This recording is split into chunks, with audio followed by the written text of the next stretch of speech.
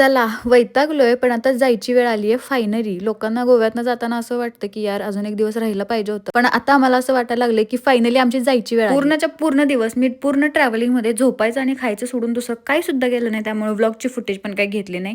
पण रात्री मला पोट भरून जेवण करायचं होतं, कारण की मी जाणार आहे डायरेक्ट शूटवरती घरी न जाता जाताना आम्ही मानसला थांबलो होतो. आता ह्याचं प्रॉपर लोकेशन मला आठवत नाहीये, त्यामुळे तुम्ही जर इथं जेवलं असेल ना, तर मला कमेंटमध्ये नक्की सांगा. पण तिथलं खरंच जेवण लई जास्त भारी होतं. पहिलं तर गेल्या गेल्या तिथं सूप पिलं, कारण की माझा घसा जरा गवगवत होता आणि जेव्हा ते सूपची पहिली सिप घेतली ना, अय्यो मन तृप्त झालं. मला सगळ्यात जास्त आवडलेली गोष्ट काय आहे माहितीये काय, त्या सगळ्या स्टाफचा स्वभाव. म्हणजे लिटरली आम्ही जेव्हापासून जेवायला बसलो होतो, जर 5 मिनिटाला येऊन काही ना काही विचारत होते आणि सांगत होते की तुम्ही हे ट्राय करा, तुम्ही ते ट्राय करा. आणि त्या सगळ्यांचा हसरा चेहरा बघून ना मला 2 घास जरा जास्तच गेलेत.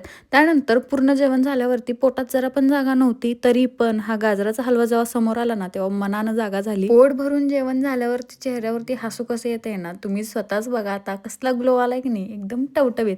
बाय द वे, तुम्ही मानसला जेवण केलंय की नाही मला कमेंटमध्ये नक्की सांगा. चला बाय, भेटूया नेक्स्ट ब्लॉग मध्ये.